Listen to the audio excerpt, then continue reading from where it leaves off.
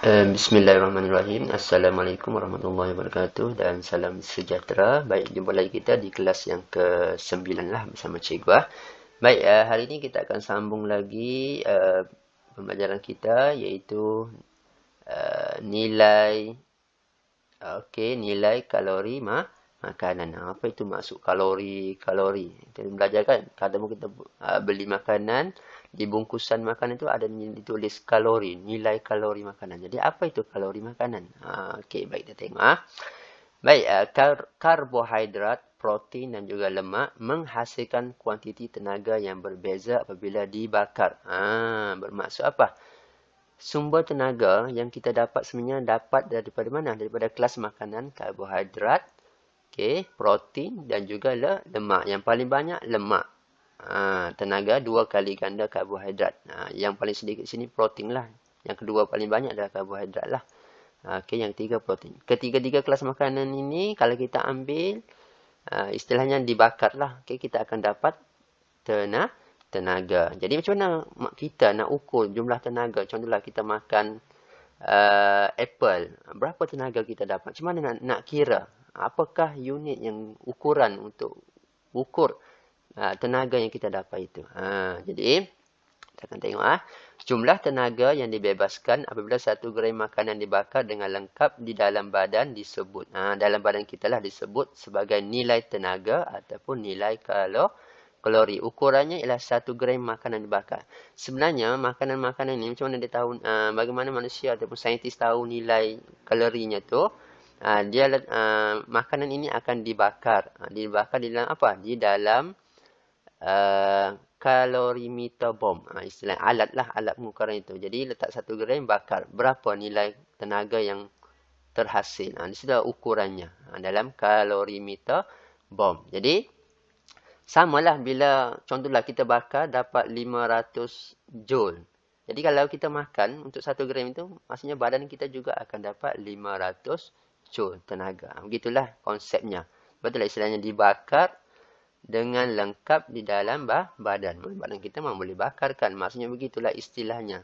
Kalau kita sudah kaji makanan itu boleh hasilkan 10 joule, badan kita juga akan terima 10 joule lah, istilahnya begitu. Jadi ukurannya ataupun unitnya adalah kalori, kalori ataupun joule. Mana-mana boleh guna. Kalori boleh, joule pun boleh.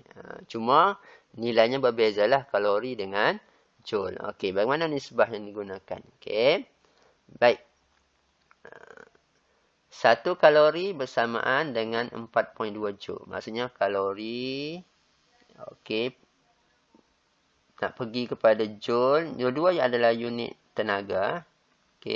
Kamu kena darab 4.2. Dia punya berkalinya. Kalau joule nak pergi ke kalori, kamu kena bahagi 4.2. Begitu caranya. Contoh di sini. Kita tengok lemak, kita tengok yang kalorinya 9 per gram. Maksud per gram ni maksudnya 1 gram lah. 1 gram hasilkan 9 kilokalori. Jadi nak dapatkan berapa joule-nya, berapa kilojoule-nya. Nampak kan ni? Kalori. Ini kalori kan. Kalori nak pergi kepada joule. Mesti darab 4.2. Kalau 9 darab 4.2. Kamu akan dapat 30 tu. 37. Kilo ni ada apa-apa. Kilo ni ia ada prefix. Kilo ni bermaksud 10 kuasa 3. Ataupun 1000 lah. Nilainya. 1000 kalori. 1000 kalori. Contoh. Ataupun ini pun sama. 1000 joule. Perkali saja. Tapi masih lagi darab 4.2 bahagi dengan 4.2. Nilai yang sama. Cuma dia panggil prefix saja. Kilo ni maksudnya ukuran yang lebih besar lah. Tenaga yang lebih banyak. Baik. Contoh kita tengok protein 4.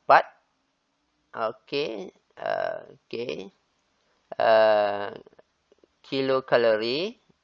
Kamu darab 4.2. Kamu akan dapat 17 kilojoule. Mana-manalah ada setengah iklan ataupun paparan di bungkusan makanan. Ada yang guna kilojoule, ada yang guna kilokalori. Bergantung kepada pengilang lah nak guna yang mana. Kadang-kadang ada kedua-duanya.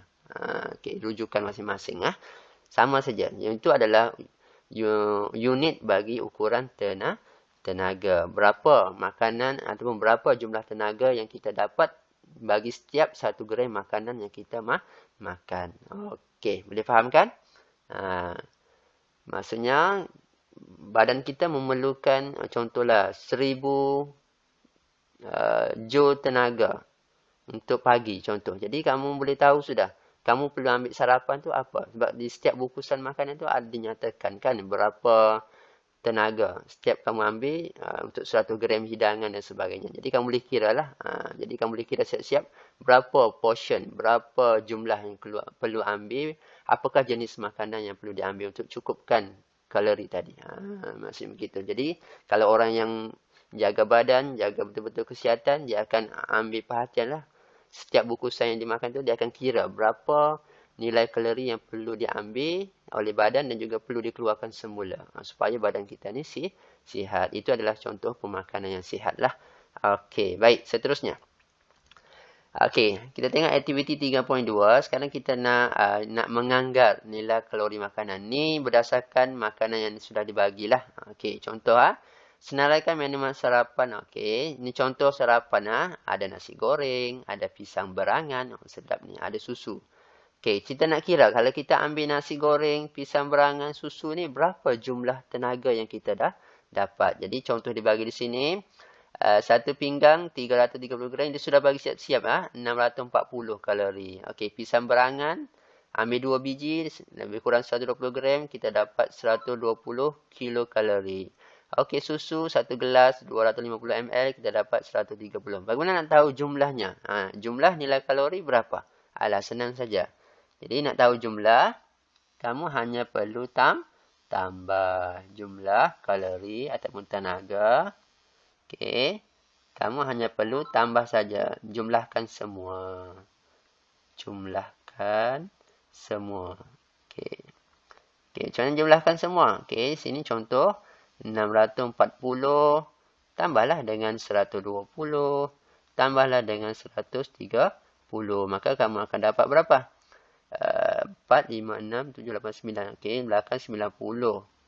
Depan 6, 7, 8. Jadi 890 apa? Kilokalori. Inilah jumlah tenaga yang kamu akan dapat jika kamu ambil 1 pinggang nasi goreng, 2 biji pisang berangan dan juga 1 gelas susu. Kamu akan dapat 850 joule. Okey. Sekejap. Di sini jawapannya 890 kilokalori. Sorry bukan joule, kilokalori. Okey. Ikut unit yang dibagilah sebab sini sudah dibagi kilokalori. Okey. Jadi soalan tanya yang ketiga, tentukan sarapan siapakah yang nilai kalori paling tinggi dan juga paling rendah. Ni contohlah kalau kamu ambil, ada orang tu makan nasi goreng saja. Kalau makan nasi goreng saja, kamu hanya dapat 640 sajalah kilokalori. Jadi kalau ada orang minum susu saja, ini sajalah. Jadi kuranglah tenaga kamu dapat pagi. Sebab itulah sarapan ni, kalau boleh, ambillah yang lebih banyak kalori kan. Kalau boleh, lengkaplah ketiga-tiga ni ada. Contoh, kalau kamu minum air sejuk saja, maksudnya lagi rendah lah. Lagi kuranglah tenaga yang kamu dah dapat. Okey, baik. Jadi, untuk hari ini simple saja. Ada latihan formatif 3.2. Jawab saja nombor 5. Apa yang diperlukan ialah anda hanya perlu menganggar saja nilai kalori makanan. Okey, dia sudah bagi siap-siap. Formula sudah cikgu bagi. Apa tadi? Hanya perlu tambah sahaja. Okey, bila sudah dapat jawapan, bagi pendapat anda. Cikgu nak kamu bagi pendapat kamu, adakah Suraya itu telah mengambil gizi seimbang? Okey, cuba bagi tahu. Seimbang ke tidak? Okey. Jadi yang sudah siap, boleh PM cikgu untuk saya makan.